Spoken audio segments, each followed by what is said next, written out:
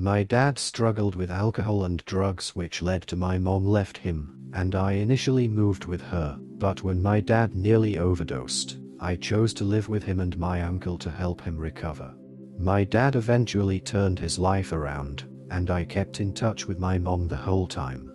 Years later, she told me she was still angry that I chose my dad over her and said she wanted to go no contact because I reminded her of all the pain from the past. Fast forward years later, and after seeing pictures from my wedding, she reached out, wanting to apologize. So, a little background. I'm 35-year-old male, and my parents divorced when I was 17. My dad struggled with alcohol and drug addiction, and my mom eventually left him, which I totally understood and supported. Living with him was impossible. He wasn't violent but verbally abusive, and he spent all our money on his habits. That was the last straw for my mom. After the divorce, my dad spiraled. He nearly overdosed and ended up in the ICU. I was living with my mom at the time, but I was scared that my dad would die, so I moved back with him and my uncle's family. My mom was disappointed but let me make my choice.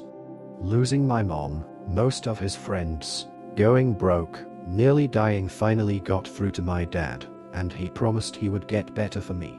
It was hard to watch, but he actually turned things around.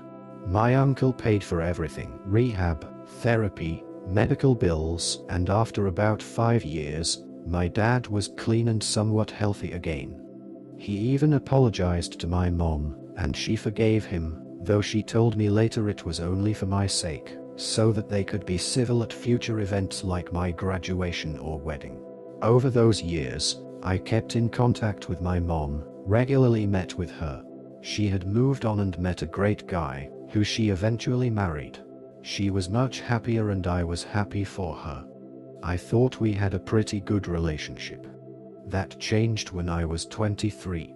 My mom asked me to come over, and she told me she was still angry and disappointed that I chose my dad over her after the divorce. She said I was ungrateful for everything she went through, putting up with my dad's shit, and then she hit me with something that still pisses me off today.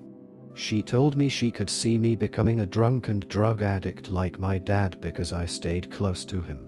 I don't drink, I don't do drugs to this day, and I had no idea where that even came from. I was flawed. I thought we had moved past all that, but apparently, she'd been harboring resentment for years. Then, she said that she wanted to go no contact with me because being around me brought back too many bad memories of my dad. She said she had found peace and happiness, and I was a reminder of all the pain she'd been through. I didn't know what to say except, okay. I later found out from a cousin on her side that her whole family was pissed at me for staying with my dad back then, and they all went no contact with me for her sake, saying that I betrayed her. I haven't seen or heard from my mom since that day. Fast forward to now. My dad passed away 2 years ago from a heart attack, a result of his years of addiction. Despite being clean for over a decade, he had lingering medical issues. I recently got married, and my wife posted some pictures from the wedding on Facebook. My wife said a woman claiming to be a cousin contacted her. I looked at the message and it was cousin from my mom's side, asking if it was really me in the pictures with my full name.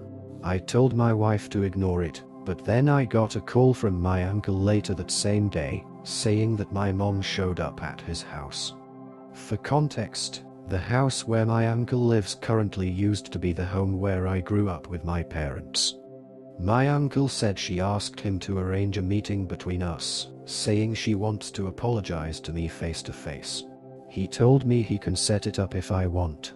Honestly, after all these years, I feel nothing for her except maybe slight resentment for thinking that I would turn out as an addict.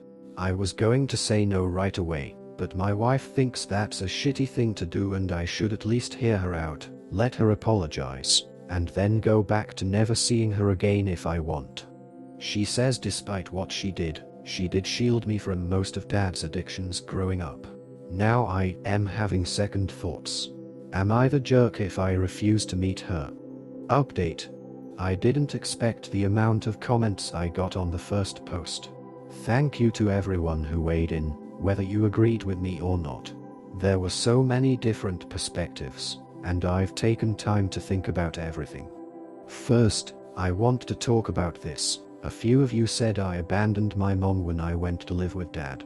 It looks that way when I think about it now. However, I feel I never abandoned her in any way. I loved my mom dearly and I loved my dad too. When she told me she was divorcing dad, I helped her pack. I left with her as I thought at the time dad was a lost cause. I went back about 7 months after the divorce when my dad was fighting for his life. That was when he promised me he would change and get help. I chose to stay with dad after getting permission from mom. As I said in my first post, she was disappointed but agreed dad needed me. Even after I chose to stay with my dad and uncle, I always stayed in contact with her. My mom and dad lived about 20 minutes apart, and I made sure to see my mom regularly, 4 to 5 times a week, at least. I would talk to her every day too. We went on trips together, ate meals together, and hung out as much as we could.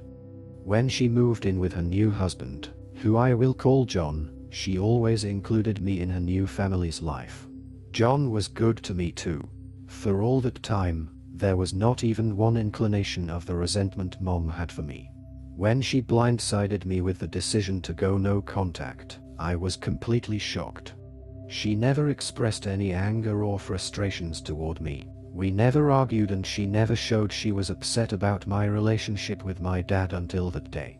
After she blocked me from everyone, I tried for a couple of years to reconnect but eventually gave up when I moved out of the city. On to the update. A lot of you told me to meet her for closure, while others said not to bother.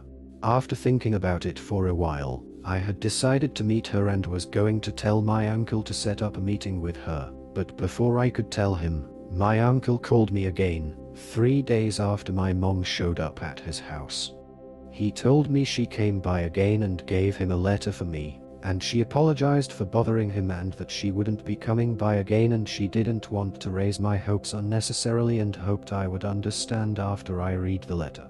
Uncle said she sounded very sincere.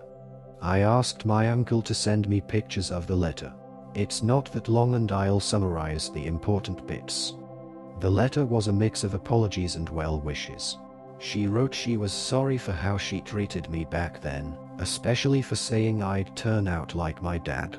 She said she was going through some relationship issues with John and then seeing dad getting better made her feel bitter because dad never tried for her. She thought her second marriage was failing and everyone around her was happy while she was miserable. She said she listened to some bad advice and she regrets it. She said she regrets taking her anger all on me when she should have gotten help. She said she made up lies to her side of the family, so that they side with her. I do not know these lies as this what she only wrote.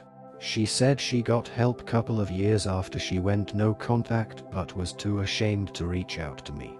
She saw the wedding pictures and is happy for me, wishing me the best in my life. She wrote that while she initially wanted to meet me, after some reflection and with her family's advice, she realized it was for selfish reasons and for her own sake only. She apologized again and said it's better if we keep things the way they are. She ended the letter by saying she's happy, and she doesn't want to drag up the past.